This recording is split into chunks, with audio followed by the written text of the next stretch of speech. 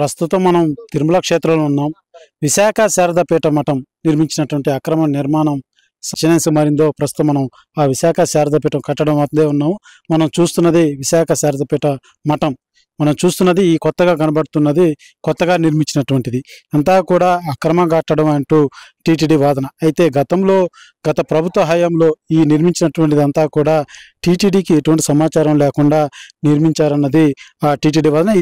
అదే తరుణంలోనే ఆ యొక్క అక్రమ కట్టడం మీద కూటమి ప్రభుత్వం వచ్చిన తర్వాత దీన్ని కేసు కూడా కోర్టు కూడా వేసినటువంటి పరిస్థితి. కోర్టు కూడా ఏదైతే టీటీడీకి సానుకూలంగా తీర్పిస్తూ ఇది హ్యాండ్ ఓవర్ చేసుకునే విధంగా కూడా గైడ్లైన్స్ ఇవ్వడంతో టీటీడీ నిన్న ఏదైతే ఈ యొక్క శారదాపీఠానికి సంబంధించి వీళ్ళకు నోటీసులు కూడా జారీ చేసినటువంటి పరిస్థితి.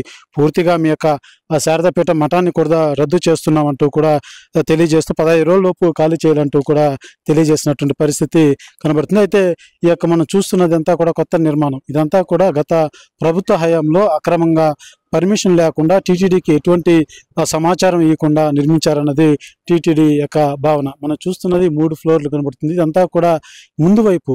అయితే ఇదే తరుణంలో వెనక వైపు కూడా ఆక్రమించి కట్టినటువంటి పరిస్థితి మాత్రం నెలకొందని చెప్పాలి. ఒకసారి మనం ఆ లోపలికి వెళ్ళి చూపించే ప్రయత్నం కూడా చేద్దాం.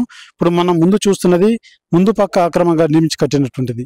మధ్య భాగం మాత్రమే గతంలో టీటీడీ ఏదైతే ఈ శారదాపీఠానికి సంబంధించినటువంటి ఇచ్చినటువంటి అనుమతులు, ఆ మధ్యలో ఉన్న భాగం అంతా కూడా పర్మిషన్స్తో ఉన్నది. ముందు వైపు వెనక వైపు నిర్మించినది అంతా కూడా అక్రమ కట్టడం. అంతా కూడా టీటీడీ నిబంధనలకు విరుద్ధంగా నిర్మించి కట్టినటువంటిదే. గత ప్రభుత్వ హయాంలో ఏది కూడా టీటీడీని బేకలతో చేస్తూ ఈ యొక్క శారదాపీఠం అధికారులు నిర్వహించారన్నది విమర్శలు. ఈ తరుణంలోనే ఇప్పుడు మనం చూడొచ్చు. ఒకసారి లోపలికి వచ్చాము. ఇది మధ్యలో ఉన్నది పాతది ఏదైతే శారదాపీఠానికి గతంలో టీటీడీ ఇచ్చినటువంటి పర్మిషన్తో నిర్మించినది ఈ మధ్య భాగం. అయితే ముందు పక్కన కట్టినది మనం ఇప్పుడు విజువల్స్ లో అది ఇదే పక్కన వెనక వైపు చూస్తున్నాం. అదంతా కూడా అక్రమంగా కట్టింది. ముందు భాగంలో వెనక భాగంలో టీటీడీ నిబంధనలు తొంగలో దొక్కుతూ శారదాపీఠం అధికారులు ఈ రకమైనటువంటి అక్రమ కట్టడాలు నిర్మించడాన్ని టీటీడీ ఖండిస్తూ ఏదైతే కోర్టు కూడా ఆశ్రయించడం జరిగింది. కోర్టు కూడా ఆ యొక్క టీటీడీ సానుకూలంగా తెలియజేయడంతో నోటీసు జారీ చేసినటువంటి పరిస్థితి. ఈ నేపథ్యంలో ఈ యొక్క శారదాపీఠ మఠం సంబంధించినటువంటి నేతలు మాత్రం మళ్ళా ఏదైతే హైకోర్టుకి వెళ్ళి స్టే తెచ్చే విధంగా అయితే ప్రయత్నాలు చేస్తున్నారు అన్నది ఒక వాదన నడుస్తుంది. అయితే ఈ యొక్క కట్టడాన్ని కూల్చేయాలా లేకపోతే వాడుకోవాలా అన్న కోణంలో మాత్రం టీటీడీ ఒక కమిటీ వేసినటువంటి పరిస్థితి. ఆ కమిటీలో కూడా కూల్చడం కంటే నిర్మించినటువంటి ఆ కట్టడాన్ని వాడుకోవడం ఉత్తమం అంటూ కూడా ఒక నిర్ధారణకు వచ్చినట్టుగా తెలుస్తుంది. అయితే ఒకసారి మనం వెనక వైపు చూడొచ్చు. వెనక ఒక కాలువలాగా ఉంటుంది. అయితే ఈ వెనక భూమి మొత్తం కూడా దాదాపు 2000 పైచిలుకు స్క్వేర్ ఫీట్లు కలిగినటువంటి నిర్మాణం. ముందు వెనక అంటే ముందు భాగంలో నిర్మించింది, వెనక భాగంలో నిర్మించినటువంటి కట్టడం. ఇదంతా కూడా 2000 పైచిలుకు స్క్వేర్ ఫీట్ కలిగినటువంటి నిర్మాణం. మొత్తం 30 గదులు పైగా నిర్మించారు. ఇదంతా కూడా అక్రమ కట్టడమే. ఎటువంటిది తిరుమల క్షేత్రంలో ఏ ఒక్క కట్టడం చేపట్టాలన్నా దానికి ఒక నిబంధనలు ఉంటాయి.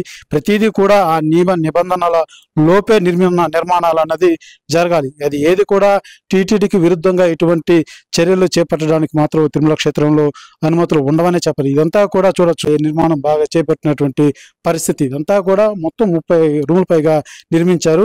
ఇది కనీసం టీటీడీ గతంలో ఏదైతే నోటీసుల కంటే ముందు ఒకసారి ఈ యొక్క పీఠాన్ని కూడా నివేదిక కోరితే కూడా వీళ్ళు బేఖాతరు చేసినటువంటి పరిస్థితి. ఈ నేపథ్యంలోనే కోర్టును ఆశ్రయించినటువంటి టీటీడీ కోర్టు కూడా ఏదైతే టీటీడీ బోర్డులో తీసుకున్నటువంటి నిర్ణయాలు కావచ్చు, ఈ యొక్క టీటీడీలో ఉన్నటువంటి నిబంధనలను దృష్టిలో ఉంచుకొని టీటీడీకి సానుకూలంగా తీర్పు చెప్పడంతో టీటీడీ నిన్న నోటీసులు కూడా శారదాపీఠానికి ఇచ్చినటువంటి పరిస్థితి. 15 రోజుల లోపల మీరు ఖచ్చితంగా ఖాళీ చేయాలంటూ కూడా తెలియజేసినటువంటి పరిస్థితి.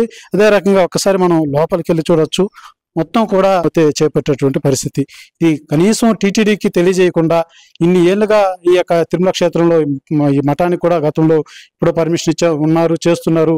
ఈ రకమైన అక్రమ నిర్మాణం చేపట్టేంత ఇది ఎందుకు వచ్చింది? ఏ ధైర్యంతో ఇదంతా కూడా చేశారన్నది టీటీడీ భావన. గత ప్రభుత్వ హయాంలో అధికారుల అండదండలతోనో లేకపోతే ప్రభుత్వ అండదండలతోనే ఈ యొక్క నిర్మాణం చేపట్టారంటూ కూడా భక్తులు కావచ్చు, హిందూ సంఘ నేతలంతా కూడా పెద్ద ఎత్తున ఆరోపించినటువంటి పరిస్థితి.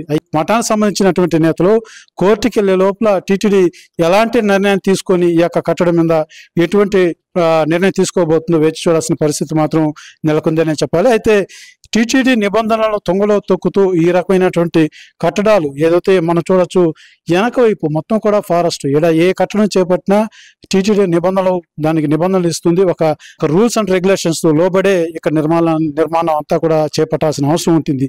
అలా టీటీడీని లెక్క చేయకుండా ఇంత పెద్ద నిర్మాణం ఏదైతే వెనక వైపు, ముందు వైపే కాకుండా వెనక వైపు కూడా ఎవరికి కంటపడకుండా ఈ రకంగా వెనక వైపు కూడా ఇంత స్థలాన్ని కబ్జా చేస్తూ కట్టడం అనేది మాత్రం పెద్ద చర్చనీయాంశంగానే మారిందని చెప్పాలి. అయితే గత ప్రభుత్వ హయాంలోనే ప్రభుత్వ అండదండలతోనో లేకపోతే అధికారుల అండదండలతోనూ చూసుకొని ఈ రకంగా ఈ శారదాపేట మఠం వాళ్ళు ఈ యొక్క అక్రమ కట్టడాలు నిర్మించారంటూ కూడా టీటీడీ భావిస్తున్నటువంటి పరిస్థితి. అయితే టీటీడీ ఏదైతే ఇప్పటికే జారీ చేసినటువంటి నోటీసుల మీద శారదాపేటానికి సంబంధించినటువంటి ఈ మఠాధిపతులు ఎవరు కూడా ఇక్కడ మనకు అందుబాటులో లేరు. అక్కడ ఉన్నటువంటి ఒకరిద్దరే పనిచేసేటువంటి వాళ్ళని మనం అడిగితే కూడా వాళ్ళు ఎవరు మాకు సంబంధం లేదు, మాకు తెలియదు అన్న మాటలు వాళ్ళు చెప్తున్నటువంటి పరిస్థితి. అయితే వీళ్ళు కోర్టుకు వెళ్లే ఈ లోపే టీటీడీ ఎటువంటి చర్యలు ఈ యొక్క మఠం మీద, అక్రమ కట్టడాల మీద తీసుకోబోతుందో వేచి చూడాల్సిన పరిస్థితి మాత్రం నెలకొందని చెప్పాలి.